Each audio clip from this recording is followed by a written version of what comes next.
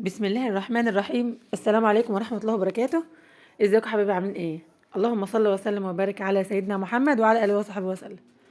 وحشتوني يا حبايبي، يا رب تكونوا بخير كده، ربنا يطمنا عليكم جميعا وكل عام وانتم بخير. يعني ايه، رمضان ان شاء الله فاضل عليه 3 شهور، ودايما بحب كده اصور قبل رمضان بحبه كده، واعمل معاكم فيديوهات جميله كده وممكن تنفع لرمضان. هعمل معاكم النهارده نوع جبنه جميل جدا جدا ينفع لرمضان. هاديه كده وجميله. هي بتعمل بالمنفعه، بيسموها مثلا الجبنه الدمياطي او الجبنه اللي هي بخيرها، اللي هي الجبنه بالمنفعه دي. طريقتها سهله وجميله وموفره، وسريعه سريعه جدا. يلا بينا نسمي بالله ونصلي على الرسول ونبدا مع بعض ونشوف يا حبايبي عملناها ازاي. بسم الله الرحمن الرحيم. المقادير يا حبيبتي، المقادير بقى على حسب ما انتوا عاوزين، يعني مثلا عايزه تعملي كيلو 2 كيلو، يعني اقل حاجه 2 كيلو عشان يصفوا معاكي حتتين جبنه حلوين كده. كل يا جماعة كيلو لبن له معلقة ملح ونص معلقة منفعة. المنفعة بتيجي منين؟ من عند أي حد بتاع منتجات الألبان، بتاخدي معاكي إزازة نظيفة كده تجيبي فيها، أو هو يديها لك في كيس وأنت عباها عندك في إزازة، تحطيها في باب التلاجة وتستخدميها لما بتحتاجيها. طيب بحط اللبن على النار، دول 5 كيلو لبن خدوا 5 معالق ملح، وبولع عليهم النار واسيبها تهدى خالص معانا. دي شكل منفعه كنت بوريها لكم يا جماعه. ده شكلها بتيجي من عند اي محل بتاع منتجات البان، اللي بيبيع الجبن والالبان والزبادي والحاجات دي بتلاقيها عنده. بتجيبي ب5 جنيه او بتجيبي ب10 جنيه. خلاص ولعنا النار على اللبن اهو. وحطينا الملح يدوب يبقى زي دمع العين كده يا جماعه، يبقى اللبن فاتر كده. طبعا ما عندناش ترمومتر ولا حاجه، درجه الحراره تبقى حوالي مثلا 30 او حاجه، بس احنا بقى او 40، بس احنا بقى بنشوفها بصابعنا كده. بتجس اللبن بصابعك بتحسيه بقى دافي زي دمع العين كده، زي ما انا بعمل كده دلوقتي. واقلب كده الملح كويس، اتاكد ان الملح داب.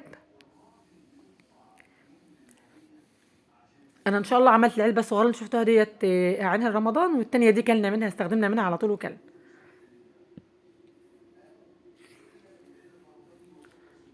مش عارفين بقى اجواء رمضان هتبقى عامله ازاي السنه دي في الغلا اللي احنا فيه ده. بصراحه ربنا يعيننا يا رب، ويعين اصحاب الاطفال اللي عندهم دروس ومدارس، بالاضافه الى عبء الاكل والشرب والغلا اللي الناس فيه ده. ربنا يا رب يعين الناس، ودايما يا جماعه نستغفر كده، الاستغفار بيفتح ابواب الرزق. استغفر الله العظيم واتوب اليه. اللبن يا جماعه ضيف اهو، وانا يعني جسيته كده بصبعي لقيته ضيف وبقى زي الفل. هنزل عليه بقى بايه؟ بالمعلقتين ونص منفعه او 3 معالق منفعه على 5 كيلو لبن. يبقى كل كيلو لبن يا جماعه له معلقه ملح ونص معلقه منفعه كبيره، يعني ال5 كيلو 3 معالق ملح، 3 معالق منفعه. طيب خلاص، انا حطيت المنفعه وقلبت تقلبتين، اغطيها كويس، اغطي اللبن كويس، واجيب فوطه نظيفه بتاعتي واغطي بها من فوق كمان. عايزاه يعني اللبن يبقى يعني يسخن يدفى في بعضه كده بالمنفعه كده، عشان يجمد معايا ويبقى حلو. خلاص اكتمه كده كويس اهو. لقيت الفوطه دي خفيفه، جبت فوطه كمان اهي، فوطه مطبخ كمان، غطيت بيها. يا رب يا حبايبي الفيديو يعجبكم، ولو وصلتوا معايا لحد هنا متنسوش تعملوا لايك واشتراك في القناه، وتفعلوا زر الجرس عشان يوصلكم مني كل جديد. طيب عدى حوالي 5 ساعات يا حبايبي بالظبط. لو انت عملتيه الصبح اعمليه بالليل، لو انت عملتيه اخر الليل قوم الصبح اعمليه، قوم الصبح فضيه في الحل. طيب هو خلاص اللبن بتاعنا ربط وزي الفل اهو، بسم الله ما شاء الله. وكمان يعني صارت حبه شرش على الوش كده، معناها ان هو ايه اهو، شايفين؟ معناها ان الحمد لله ربط معانا وزي الفل اهو. اي وعاء بقى عايزه اشكله فيه بس يكون مخرم زي المصفى كده اجيبه، بلاستيكيه مخرمه زي دي، مصفى صغيره، علبه، يعني حاجه اشكل براحتي بقى. بجيب شال نظيف او قماشه نظيفه، واحطها في قلب المصفى اللي انا هعمل فيها بالشكل ده كده، وافرغ بقى الجبنه بتاعتي اهي، بسم الله ما شاء الله. طبعا هي فيها ملحها وزي الفل، مش محتاجه بقى ملح ولا حاجه.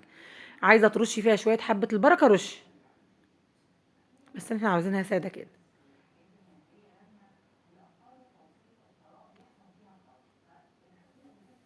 شايفين ما شاء الله اللبن جمد وبقى جميل ازاي، الجبنه جمدت وبقى جميله ازاي. بتهيألي كانت قعدت معايا 5 ساعات، عشان احنا في الساقع يا جماعه، في الشتاء في الصيف تقعد اقل من كده شويه. خلاص هعبي بقى على قد ما العبوه بتاعتي تاخد، ويعني ايه، اكسرها او ما اكسرهاش يعني ما فيش مشكله، لو سبتها برضو زي ما هي كده ما فيش مشكله. طيب هكمل برضو البتاعه بتاعتي الجميله دي، هقفل بقى عليها كويس عشان تنزل بقى الشرش بتاعها، عشان احنا هنحتاج الشرش بتاعها ده تاني.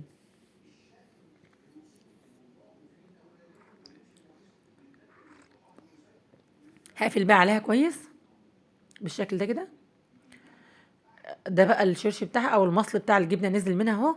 تك عليها كويس اهو، قفل عليها كويس. كان عندي والله حصرة من بتاعه الجبنه القريش بس لسه ما استخدمتهاش، كانت جالي هديه، فانا حبيت اعمل دي في حاجه كده مربعه احسن.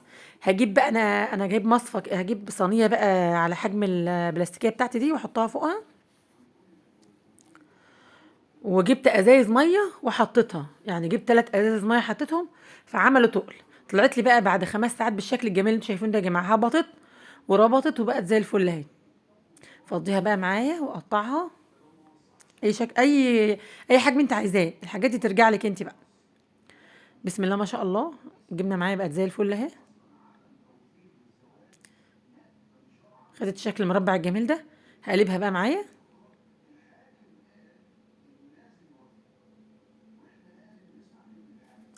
واقطعها بقى زي ما انتم شايفين بالشكل ده كده. انا عايزاها مكعبات صغيره.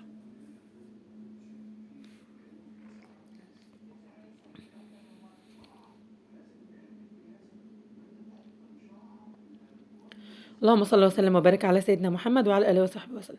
ما تنسوش يا جماعه الاستغفار، الاستغفار بجد يعني. ربنا سبحانه وتعالى بيقول في كتابه العزيز: فقلت استغفروا ربكم انه كان غفارا يرسل السماء عليكم مدرارا ويمددكم باموال وبنين ويجعل لكم جنات ويجعل لكم انهارا. يعني اللي مش بتخلف لما تستغفر كتير ربنا يرزقها بالبنين، واللي يعني حاسس ان الدنيا ضيقه عليه كده او عايز ربنا يوسع في رزقه يستغفر يا جماعه. وكمان في ايه انا دايما برددها، ان انت تستغفري بالليل.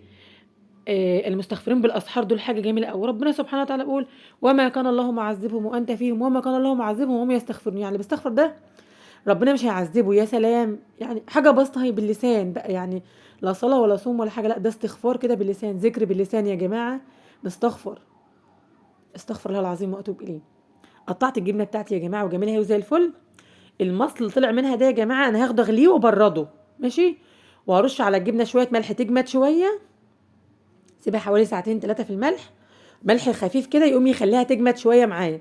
وبعدين اجيب بقى العلبه اللي هحطها فيه واحطها بالمنظر ده كده. انا غليت الشرش اللي طالع منها او اللي هو المصل اللي نزل من الجبنه ده وبرد. ما تحطيش ملح لان الجبنه طبعا انا لما رشيت عليها ملح فيها ملح، وهو اصلا برضو الشرش بتاعنا فيه ملح، فيا ريت ما تحطيش ملح عشان ما تبقاش حادقه عليك لو حد ضغطه عالي ولا حاجه. ارص بقى الجبنه بتاعتي زي ما احنا شايفين بالمنظر ده كده، وانزل عليها بالشرش بتاعي بعد ما غلي وبردته، عقمته كده وبردته بس. وبكده يا جماعه عملنا اجمل جبنه، والله كانت طعمه طعامه وسهله وما خدتش اي حاجه، وجيبي ب5 جنيه من عند العطار منفعه. استودعكم الله يا حبيبي، السلام عليكم ورحمه الله وبركاته.